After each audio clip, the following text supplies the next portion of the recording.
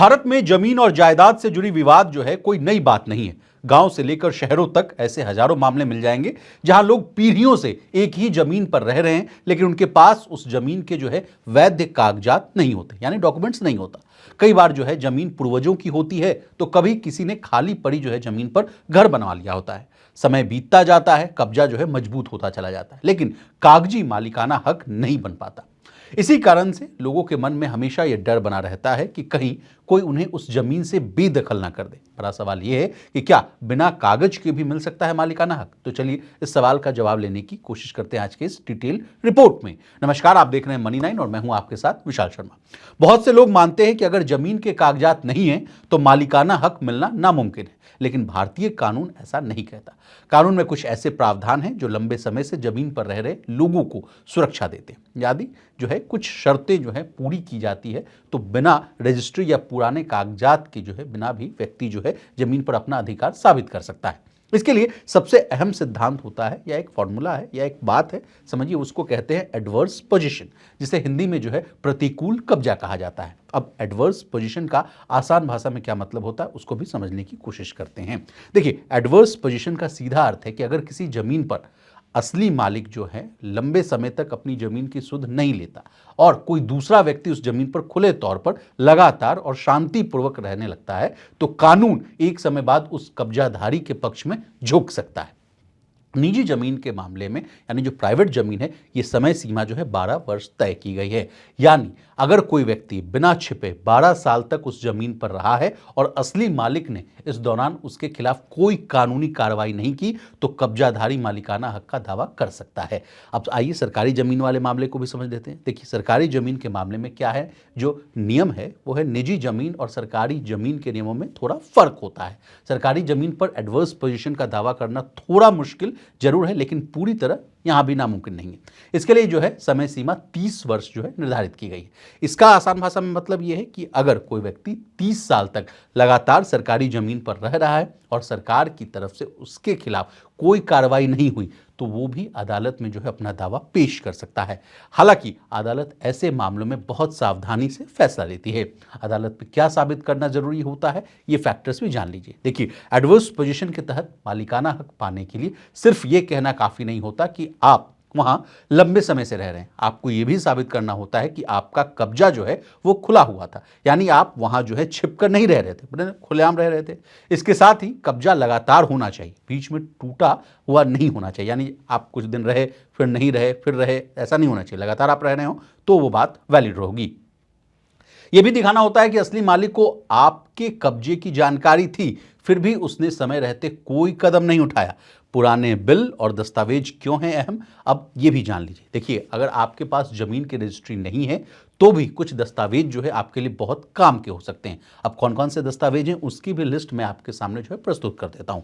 देखिए, बिजली का बिल होना चाहिए, पानी का बिल होना चाहिए, हाउस टैक्स की रसीद होनी चाहिए, पंचायत या नगर निगम के कागज जो हैं ये साबित करने में मदद करते हैं कि आप वहां लंबे समय से और कितने सालों से आप रह रहे हैं।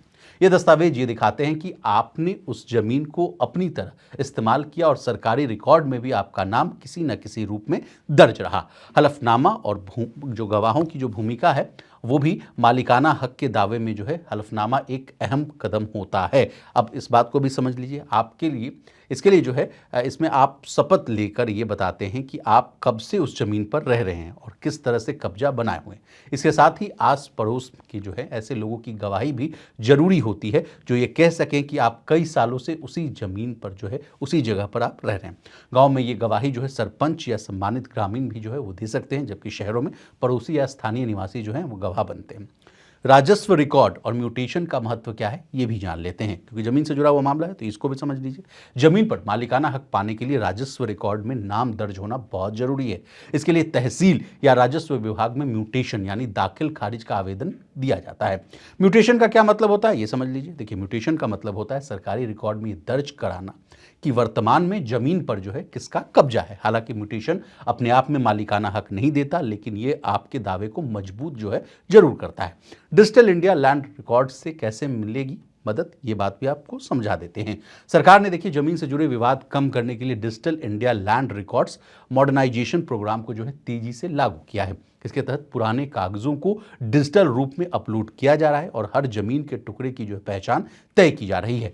आज ज्यादातर राज्यों में जो है भूलेख पोर्टल के जरिए जो है ऑनलाइन खतौनी, नक्शा और अन्य विवरण जो यानी जो डिटेल्स है वो देखे जा सकते हैं। इससे उन लोगों को जो है फायदा हो रहा है जिनके पास जो है कागज नहीं थे लेकिन कब्जा जो है लंबे समय से था। ड्रोन सर्वे किए जा रहे हैं और स्वामित्व योजना की भूमिका जो है पिछले कुछ वर्षों में सरकार ने जो है गांवों में ड्रोन सर्वे भी जो है वो शुरू कराया है। इस सर्वे के आधार पर आबादी वाली जमीन का नक्शा तैयार किया गया और लोगों को स्वामित्व कार्ड दिए गए हैं। इससे उन परिवारों को कानूनी पहचान मिली जो सालों से एक ही जगह रह रहे थे लेकिन उनके पास कोई पक्का दस्तावेज नहीं था। ये योजना जो है भविष्य में जमीन के झगड़े कम करने में बड़ी भूमिका निभा रही है। किन मामलों में एडवर्स पोजीशन लागू नहीं होता है, जाते जाते ये भी डिटेल्स आपको जानना बहुत जरूरी है। देखिए ये समझना भी जरूरी है कि हर कब्जे पर एडवर्स पोजीशन लागू नहीं होता। अगर जमीन किराए या लीज पर ली गई है तो उस पर कभी भी जो है मालिकाना हक का दावा नहीं किया जा सकता। इसी तरह अगर जमीन को लेकर पहले से कोई मुकदमा चल रहा है या कोर्ट ने रोक लगा दी यानी स्टे लगा दी तब भी ये जो है ये नियम लागू नहीं होता है। कानूनी सावधानियां क्यों जरूरी है ये भी डिटेल्स जान लीजिए। देखिए कानूनी सावधानी क्यों है जरूरी? जमीन से जुड़े मामलों में जल्दबाजी या गलत कदम जो है वो भारी पड़ सकता है। कभी भी फर्जी कागज बनवाने की कोशिश नहीं करनी चाहिए क्योंकि डिजिटल सिस्टम में ऐसे दस्तावेज आसानी से पकड़े जाते हैं। बेहतर यही है कि आप कानूनी सलाह लें और सरकारी प्रक्रियाओं जो है जो प्रोसेस है उसके जरिए ही अपने हक का दावा करें। अब मोटा मोटी अगर इस पूरे कार्यक्रम को, इस पूरे रिपोर्ट को अगर मैं कंक्लूड करूं यानी निष्कर्ष क्या है ये मैं बता देता हूं। देखिए धैर्य और सही प्रक्रिया ही जो है समाधान है। अगर आपकी जमीन पर लंबे समय से कब्जा है लेकिन कागजात नहीं है तो घबराने की जरूरत नहीं है। भारतीय कानून आपको पूरी तरह असहाय भी नहीं छोड़ता। सही दस्तावेज, गवाह और कानूनी प्रक्रिया के जरिए जो है आप भी मालिकाना हक की दिशा में कदम जो है बढ़ा सकते हैं। 2025 और 2026 में डिजिटल रिकॉर्ड्स और सरकारी योजनाओं के विस्तार से ये प्रक्रिया जो है पहले से ज़्यादा आसान और ट्रांसपेरेंट यानी पारदर्शी हो गई है। जरूरी है कि आप धैर्य रखें, नियमों को समझें, सही रास्ते पर आगे बढ़ें। आपको हमारी ये जमीन वाली जो रिपोर्ट है, जो डिटेल रिपोर्ट है वो कैसी लगी कमेंट करके जरूर बताइएगा। इसी तरह देश, दुनिया और बिजनेस जगत से जुड़ी तमाम ताज़ा तरीन खबरों के लिए बने रहिए हमारे साथ और देखते रहिए मनी9।